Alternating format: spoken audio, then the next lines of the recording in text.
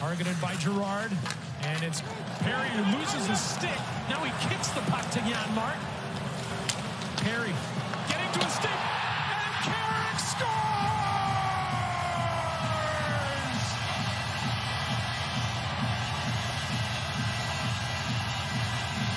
What a time for his first goal as an Edmonton Oiler for the newcomer Sam Carrick.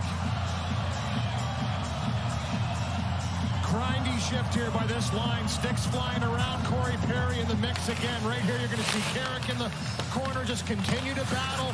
Go to work right here. The stick gets pulled out of his hand by Manson, but he still makes the play with the kick. Stay in the battle, keep it alive, goes back, retrieves the stick, but in that process, it's Carrick who wins the battle in front.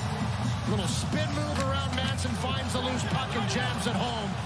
For the first lead of the game for Edmonton right here, just gets the inside track, a little cross-check on Girard to separate, and then buries it past Georgiev. A big goal for Sam Carrick, his first as an Oiler, gives his team the lead. And for Corey Perry, you might not find